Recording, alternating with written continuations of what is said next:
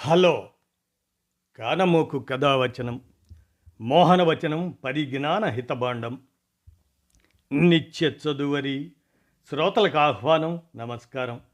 చదవదగునెవరు రాసిన తదుపరి చదివిన వెంటనే మరువక పలువురికి వినిపింపబూనిన అది ఏ పరిజ్ఞాన హితబాండమవు పో మహిళ మోహనవచనమై విరాజిల్లు.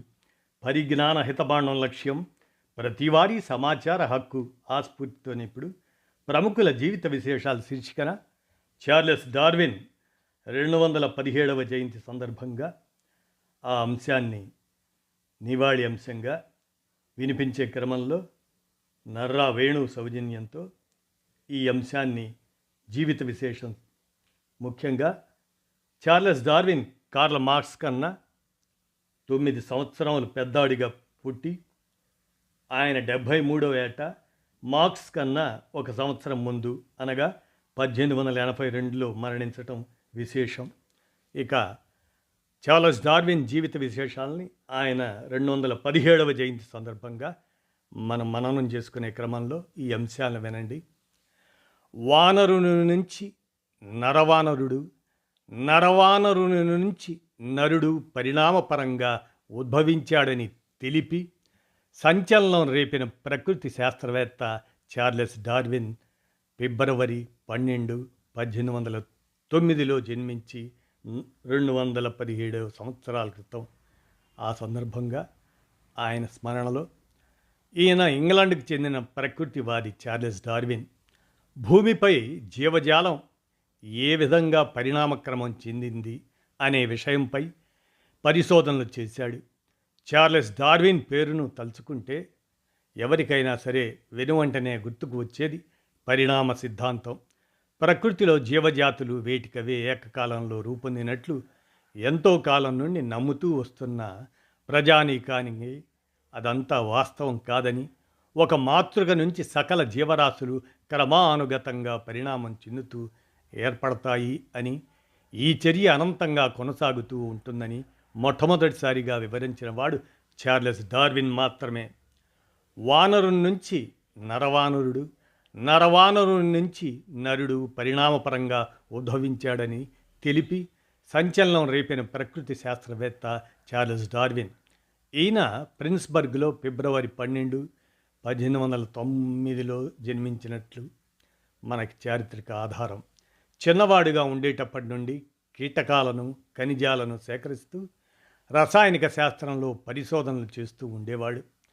16 ఏళ్ల వయసులో మెడిసిన్ చదవటం కోసం ఈయన్ను ఎడిన్బర్గ్ విశ్వవిద్యాలయంలో చేర్పించారు. కానీ మత్తుమందులు లేకుండా చేస్తున్న ఆపరేషన్లను చూసి ఆ చిత్రహింసకు ఆయన కలత చెంది మెడిసిన్కు మనసు పెట్టి చదవలేక మానుకున్నాడు. 1828లో కేంబ్రిడ్జ్కి వెళ్ళి థియాలజీ చదివాడు.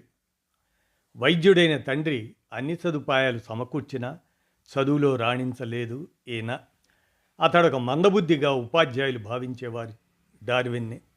తండ్రి వైద్యుని విద్య కోసం ఎడింబరో విశ్వవిద్యాలయంలో చేర్చిన డార్విన్ కొనసాగించలేకపోయాడు. ఏదో ఒక డిగ్రీ సంపాదించాలనే తండ్రి కోరికపై కేంబ్రిడ్జ్లో తత్వశాస్త్ర అధ్యయనంలో చేరినా అక్కడ అంతే. అక్కడి ప్రొఫెసర్ ఓసారి అతడికి బీగల్ అనే ఓ నౌక కెప్టెన్కి పరిచయం చేశాడు. వివిధ దేశాల్లో వివిధ దీవుల్లో ఉండే జీవుల పరిశీలనకు అవకాశం ఉంటుందనే ఆలోచనతో డార్విన్ తన తండ్రి వద్దంటున్నా వినకుండా ఆ బీగిల్ ఓడ ఎక్కేశాడు. ఆ నౌకాయానంలో డార్విన్ అనేక ప్రాంతాల్లో మొక్కలు, రాళ్ళు, శిలాజాలు, కీటకాలు, జంతువులను పరిశీలించి చాలా నమూనాలను సేకరించి ఇంటికి పంపుతూ వచ్చాడు. ఆ పరిశీలనల ఆధారంగానే జీవజాతుల పరిణామక్రమంపై పుస్తకం రాశాడు. 150 సంవత్సరాల క్రితం రాసిన ఈ గ్రంథం ఇప్పటికీ ప్రామాణికంగా నిలిచి ఉంది. జీవుల్ని ఏదో అతీత శక్తి ఏకకాలంలో సృష్టించలేదు అని, అవి వివిధ దశల్లో స్వాభావిక ఎంపిక, న్యాచురల్ సెలక్షన్, అది ఎట్లా struggle for existence, survival of the fittest అనే పరిణామం తద్వారా జరిగిందని డార్విన్ సిద్ధాంతం చెబుతుంది. ఇది ఇప్పటి మైక్రోబయాలజీ, జెనెటిక్స్, మాలిక్యులర్ బయాలజీలను సంఘటితపరచడంలోనూ డిఎన్ఏ పరీక్షలోనూ ప్రముఖ పాత్ర వహిస్తుంది.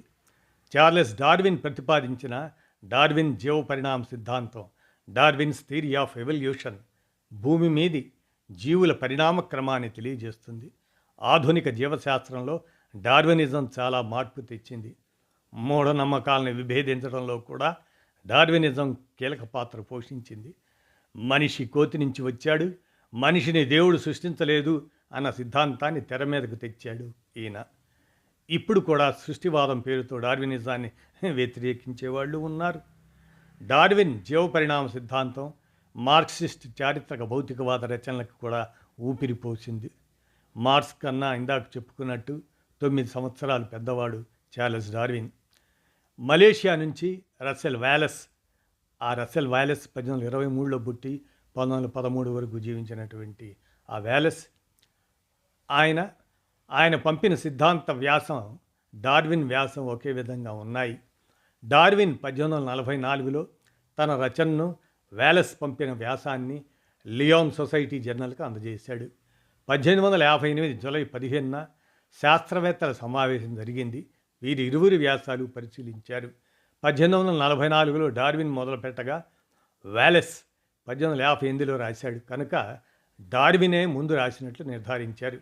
1831లో విజ్ఞాన శాస్త్ర పరిశోధనల నిమిత్తం యూరోపియన్ దేశాలను చుట్టి రావడానికి బయలుదేరిన బేగల్ సముద్ర నౌకలో న్యాచురలిస్ట్గా ప్రయాణం చేసే అవకాశం డార్విన్కి ఆనాడు లభించింది. ఈ అవకాశం ఆయన పాలిట సువర్ణావకాశమై గొప్ప శాస్త్రీయ ఆవిష్కరణకు ఆధారభూతమైంది. 5 ఏళ్ల పాటు కొనసాగిన ఆ సముద్రయానంలో డార్విన్ ఎన్నో రకాల ప్రదేశాలను, జంతువులను దర్శించాడు. ప్రకృతికి జీవరాశికి మధ్య ఉన్న సంబంధ బాంధవ్యాల గురించి తీవ్రంగా ఆలోచించాడు. ఈ ఆలోచన ఫలితమే ప్రకృతి వర్ణవాదంగా, న్యాచురల్ సెలక్షన్ థియరీగా పరిణమించింది. ప్రస్తుతం ప్రపంచంలో కనపడుతున్న రకరకాల ప్రాణులు మొదటి నుంచి లేవు అనేది ఈ సిద్ధాంతం యొక్క ప్రధానమైన వాదన. కుక్కలు, నక్కలు, తోడేళ్ళు ఒక జాతివని, పిల్లులు, చిరుతపులులు, పెద్ద పులులు, సింహాలు మరొక జాతికి చెందినవని, గుర్రాలు, గాడిదలు, జీబ్రాలు ఒకేలాంటివని, గతంలో వీటికి తల ఒక పూర్వీకుడు ఉండి ఉండాలి. ఇంకా వెనక్కి వెళ్తే ఈ ఆదిమ శునకానికి, మార్జాలానికి, అశ్వానికి జన్మనిచ్చిన మరేదో మృగం ఉండి ఉంటుంది. ఇంకా ప్రాచీన యుగంలో ఈ క్షీరదాలకి తక్కిన చేపలు, తాబేళ్లు, జలచరాలు, పక్షులు అన్నిటి ఆవిర్భావానికి దారితీసిన ప్రాణి ఏదో ఉండే ఉంటుంది. వీటిలో కొన్ని శాకాహారులుగాను, మరికొన్ని మాంసాహారులుగాను రూపొందడానికి భౌతిక ప్రేరణలు, పర్యావరణ పరిస్థితులే కారణాలై ఉంటాయి. ఇన్ని రకాల ప్రాణులు వాటంతట అవే ఎలా ఉద్భవిస్తాయని వీరి వాదన సాగిపోతుంది. ఉదాహరణకు ఆఫ్రికాలో పుట్టుకొచ్చిన మానవ జాతి క్రమంగా ఉత్తర దిశగాను, తక్కిన ప్రాంతాలకి విస్తరించిందని శాస్త్రవేత్తలు ఊహిస్తున్నారు. ఉష్ణోగ్రత దృష్ట్యా తొలి మానవులు నల్లని రంగులో ఉండి ఉంటారని అనుకోవచ్చు. ఉత్తరాన ఎండపొడ తక్కువగా పడే ప్రాంతాలకు వెళ్ళిన వారి చర్మం తెల్లగా మారక తప్పలేదు. పూర్తిగా నల్ల రంగులో ఉన్న ఒక మానవ సమూహం తెల్లగా మారిపోవటానికి 20,000 సంవత్సరాలు సరిపోతాయని అంచనా. తక్కిన జంతువుల సంగతి ఎలా ఉన్నా ఒక మనిషి జాతినే తీసుకుంటే చర్మం రంగు, ముఖ కవళికలు అన్నీ కాస్తగా మారడానికి జీవ పరిణామ ప్రక్రియలే కారణమని రుజువవుతుంది. దీని కారణంగానే జీవ పరిణామ సిద్ధాంతాన్ని కాదనేవారు ఎక్కువ సంఖ్యలో తయారయ్యారు. 1859లో ప్రపంచ ప్రసిద్ధి పొందిన the origin of species of natural selection, ఆ పుస్తకాన్ని చార్లెస్ డార్విన్ వెలువరించాడు. ఈ పుస్తకం విడుదలైన రోజునే అన్ని ప్రతులు అమ్ముడుపోయాయి. సరికొత్త రికార్డును సృష్టించింది. చార్లెస్ డార్విన్ సొంత దేశమైన బ్రిటన్లో డార్వినిజం ఎన్నో ప్రశంసలు అందుకుంది. డార్వినిజం ప్రపంచంలో ఎంతోమంది భౌతిక శాస్త్రవేత్తల్ని, జీవశాస్త్రవేత్తల్ని ప్రభావితం చేసి ఆధునిక భౌతిక శాస్త్ర విజ్ఞానాన్ని ఎన్నో మలుపులు తిప్పింది.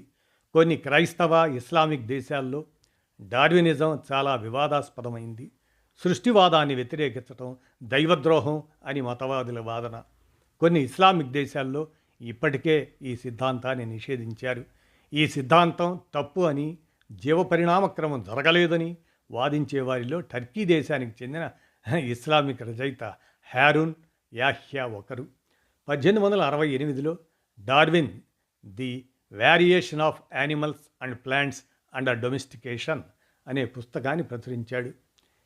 Insectivorous plants, descent of man, the formation of vegetable mould through the action of worms, ఇటువంటి గ్రంథాలను చార్లెస్ డార్విన్ రాశారు.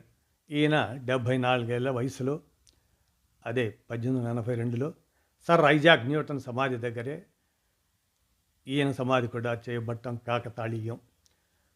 డార్విన్ ఈనాడు లేకపోయినా ఆయన ప్రతిపాదించిన ప్రకృతి వర్ణ సిద్ధాంతం నిలిచే ఉంటుంది. ఈ విధంగా ప్రముఖుల జీవిత విశేషాల శీర్షికన మన కానమోకు కథ వచ్చిన శ్రోతలకు చార్లెస్ డార్విన్ 217వ జయంతి అనేటువంటి అంశాన్ని నర్రా వేణు సౌజన్యంతో ఆ సేకరణాంశాన్ని మన కానమోకు కథ వచ్చిన శ్రోతలకు ప్రముఖుల జీవిత విశేషాల శీర్షికన వినిపించాను. విన్నారుగా, ధన్యవాదాలు.